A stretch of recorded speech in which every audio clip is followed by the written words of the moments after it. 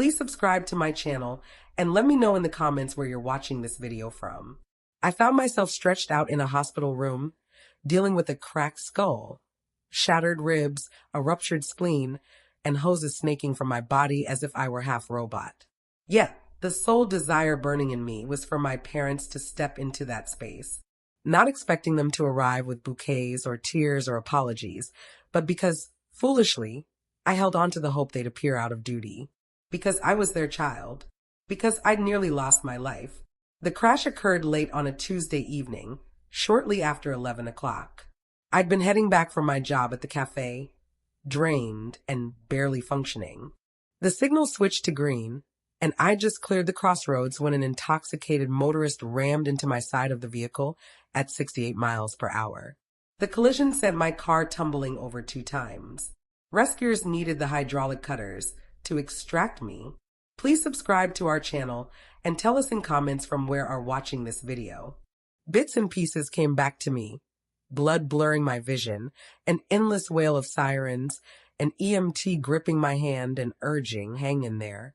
After that, blackness. I regained consciousness 3 days on in intensive care, by myself. I figured perhaps they weren't aware, that no one had informed them or the staff had erred. But upon questioning the nurse, she hesitated. No, dear. We reached out to them the evening you arrived. They mentioned being occupied but might swing by. I stared in disbelief. Occupied? She gave a slow nod, her mouth drawing tight. They indicated they'd phoned sometime later that week. Later that week. I'd teetered on death's brink, and they were slotting me in like a routine checkup. Jordan, my closest buddy from middle school, visited daily. He fetched water for my parched throat, assisted me to the restroom once I could get up, plugged in my device, brushed my locks, and even dealt with the staff when they seemed distant. And each day he'd inquire, no contact from them yet? And each day I'd muster a grin and reply, perhaps the next day. But the next day never arrived. After 5 days, my respiration improved. The sutures over my brow were irritating. I was transferring from intensive care, and they remained absent. Then, on day 7, while in recuperation, gazing at sunbeams streaking the overhead panels, my device vibrated. A text from my mother. Relieved you're steady. We can't visit the hospital. Your sibling requires assistance gearing up for her outing to stores. She's got that major New York event ahead. Recall? Priorities. Get well soon. Smiling face with smiling eyes, I gazed at the display, so intently I feared my mind might blank out. Not a phone conversation, not an expression of regret, merely a message with an emoji. My sister Mackenzie was heading to New York for a style-related placement she'd landed via a connections connection. The retail excursion was her prize for wrapping up the term. She required fresh footwear, purses, jackets, all that screams Big Apple, per my mother. Evidently, that outweighed her additional child nearly perishing. I offered no response. Jordan noticed my expression, grabbed my device unprompted, scanned the note, and emitted a soft whistle. That's harsh, even coming from them. But I held back tears. I simply shifted my gaze to the pain and murmured, I believe that instant marked when I ceased viewing myself as their offspring. Upon release, nobody collected me. Jordan skipped work and used his relative's vehicle to transport me home. I couldn't yet raise my limbs past my shoulders. He hoisted me up the steps to my place. He sorted my medications, prepared broth, and crashed on the sofa for 3 evenings to ensure I didn't faint while bathing. In the meantime, I spotted my parents' online updates. My father shared a beaming image of Mackenzie by a shop front, captioned, aiding my daughter conquer New York fashionably. My mother uploaded a clip of them toasting bubbly glasses at a lodge. Nothing beats some family bonding before our little one launches her urban adventure. I wasn't referenced or labeled in any. I reclined there, wrapped in dressings around my torso, a partially mended head injury, and limbs that quivered if I rose too swiftly and grasped something grim. I might have perished, and they'd have merely uploaded a dark image and deemed it a rough period. Once I gathered enough strength to stroll to the postbox, I discovered a greeting from them. Not a recovery note, not a we're thinking of you.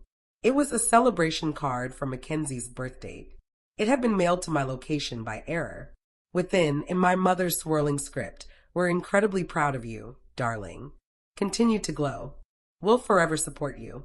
Love, Mom and Dad. Support her. Support her. And it dawned on me they'd never backed me. Not ever. They weren't present for my college acceptance. Not for funding my education through evening and weekend shifts. Not for my solo move to a budget flat. Not for my initial employment. Not even for my brush with death. They'd selected their preferred. And it wasn't me. That evening, I faced my reflection and declared aloud, "You don't require them." And for the initial occasion, I trusted it. But simply not requiring them didn't equate to erasing the memory. No, I wouldn't yell. I wouldn't weep. I wouldn't even challenge them. I'd pursue something superior, something unanticipated, something they'd never rebound from. Because when individuals reveal their deepest affections, that's when you discern the vulnerable spot. I didn't scheme vengeance in a cinematic flurry of scenes. No thunderclaps, no late-night plots. It commenced subtly, like a gradual simmer. The aspect of being the overlooked offspring is you master observation. You grasp how folks function, what they conceal, what they boast. And across the years, I'd internalized all my parents attempted to dismiss in me. Like my father's constant gripes about taxation, followed by chuckles over placing specific funds under Mackenzie's title to maintain his record spotless. Or how my mother managed her minor enterprise, which was essentially flipping high-end goods bestowed on Mackenzie by her executive suitors via an unofficial side company they never registered. I stayed silent then since it was irrelevant. I wasn't involved in the scheme. I was mere ambience. But now, I was poised to transform into the resonance that demolished every barrier. I began with Mackenzie. She remained in New York, sharing self-portraits with pricey lattes, striking poses at intersections as if in a magazine feature. I observed, bided time, and collected captures, descriptions, location markers. One entry especially drew my eye. A Cartier wristlet she claimed was a gift from her fresh guide. I was certain it came from the charge card tied to my father's untainted account, the one he'd established in Mackenzie's name at 16 when she excelled in visuals. It was formally hers, but his earnings. And he applied it for all he evaded, explaining to the tax authorities.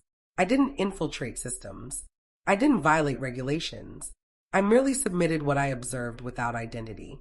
Images, identities, fund specifics, aligning public entries, a sequence of luxury bills mismatched to declared earnings. And then I highlighted the company my mother employed for flipping purses as a supplemental gig. It seems you can't deduct global retail jaunts as stock procurement without submitting the correct import documents. I didn't act from malice. I acted because they'd robbed me of something irreplaceable. The opportunity to trust my kin would safeguard me. They'd clarified their focuses. Now I was clarifying mine. Jordan alone knew my actions. He posed no inquiries. He merely pushed his computer over the surface one evening and remarked, "Mine's harder to trace." And he delivered Java and spice pastries as if I were prepping for an exam, rather than dismantling my parents' whole monetary safeguard. It required roughly 3 weeks for Fishers to emerge. I received a ring from my mother, the initial since hospital departure. "Hi, sweetie," she uttered, tone overly upbeat. "Fast query. Have you, discussed our finances or like Mackenzie's charge card matters with anybody?" I reclined in my seat. "Why?" "Oh, nothing." She giggled, anxious and shrill. "We received this odd notice from the IRS. Routine review. Likely insignificant. Just odd coincidence, right?" I grinned. "Extremely odd." She halted. "How's healing progressing?" "I'm mobile okay now," I responded. "Fewer head pains." Another halt. "We truly intended to come see you, you know." "No, you didn't." Quiet. For the first instance in my existence, she lacked words. Several days on, Mackenzie shared a self-portrait captioned, "Certain folks adore dismantling others, but fate's genuine, hun." It was snapped in her residence hall lavatory. Not a luxury suite, not a bistro, and her wristlet was absent. In the following month, it escalated. My father's operational permit was questioned. My mother's sham venture was examined. Mackenzie's card was suspended. Her placement advisor abruptly severed connections. They were clueless about the events. They distrusted all save the individual they overlooked, me. I wasn't furious. Not any longer. I was composed, precise. Each move I made was deliberate, hushed, unseen. The identical manner they'd regarded me throughout my days. Then arrived the element I hadn't anticipated. An attorney contacted me. He claimed to handle an inheritance I didn't know. My grandma's closest companion, a lady I'd encountered only twice, had died, and in her testament she bequeathed me a lodge. Solely me, nobody else. She stated you were the sole one with true integrity. The attorney relayed she observed their treatment of you. She wished this would offer you serenity. It was modest, nestled in the peaks. But it belonged to me. I liquidated all. Relocated discreetly. Omitted a new address. Jordan accompanied. He quit his position. Claimed he could work remotely from anywhere. He remarked, "You've shielded everyone all your days. Allow someone shield you now." We forged an existence in quietude. The sort of quietude that mends. And then half a year on, I received a note from Mackenzie. A basic direct message. Satisfied now. I ignored it. I merely restricted her because the response was affirmative. And honestly, she wasn't worthy of hearing it. Winter Amid the Heights has a method of rendering quietude vibrant. Each breeze murmurs amid the branches like somebody recalling your identity. By that point, the marks on my torso had vanished. The mark over my brow had dimmed to a slender metallic streak, and my terrors of that evening, the beams, the impact, the whirling, had ultimately ceased. Serenity possessed a tone now. The buzz of the pot, Jordan chuckling as he split logs, the groan of the deck beneath Snowfall's burden. My parents' tones had evaporated from my world, and for a spell, I believed that concluded it. But the cosmos, it's peculiar with moments.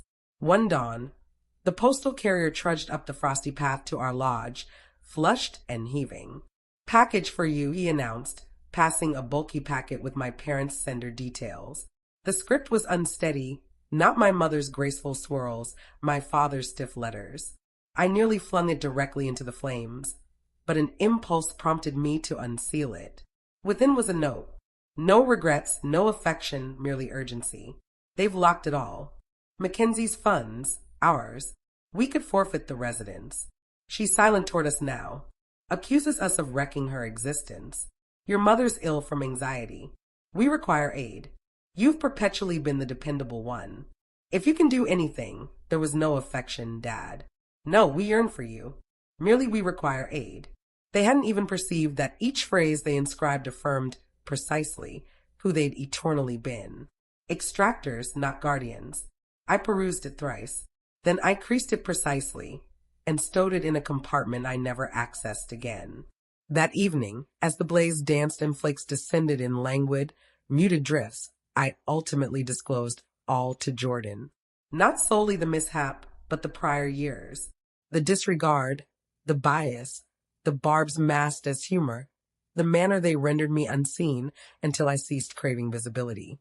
Upon concluding, he didn't utter, "You chose correctly." He didn't utter, "They earned it." He merely uttered, "You're liberated now." And that was the reality I'd never grasped. Vengeance isn't invariably about ruin.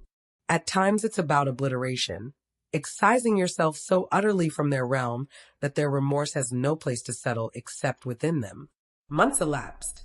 Then one afternoon, a minor news title surfaced digitally while I viewed forecasts. Area shop proprietor declares insolvency following review controversy. It was my mother. A few taps further, modest entrepreneur forfeits deals amid levy probe. My father. And below, a piece on a past-style trainee whose award was withdrawn after monetary discrepancies. Mackenzie. They'd forfeited all erected on deceptions. Not because I shouted or unveiled them, but because verity perpetually resurfaces, regardless of how much wealth or conceit you inter it beneath. I experienced no delight perusing it, merely a tranquility, like the hush post-tempest when the globe ultimately sighs. Weeks on, a known digit emerged on my device. I nearly dismissed it, but intrigue prevailed. I responded, quiet initially, then my mother's tone. Frail, slender, quivering. "Darling, we forfeited all. Your father's unwell. Mackenzie's departed. She relocated and refuses us. We're isolated. I uttered nothing. Her respiration faltered. You're our sole remaining. That phrase was the sincerest she'd ever voiced because it held truth. I was their sole remaining. And that's precisely what I withdrew from them. Then perhaps, I murmured gently, you at last comprehend my sensation, and I disconnected. Outdoors, flakes were tumbling once more. The type that entombs all aged, retaining solely what's pristine. Jordan approached from rear, encircled my shoulders with his limbs, and murmured, all right? I affirmed, yes. For the initial occasion, I believe I am. The blaze snapped. The note in the compartment became cinders in my thoughts. And someplace distant, my parents lingered in obscurity, grasping what it meant to be overlooked, unheeded, unselected. I didn't ruin them. I merely ensured they endured sufficiently to fathom what they'd forged. And that was all they'd never surmount. Please subscribe to our channel and tell us in comments from where are watching this video.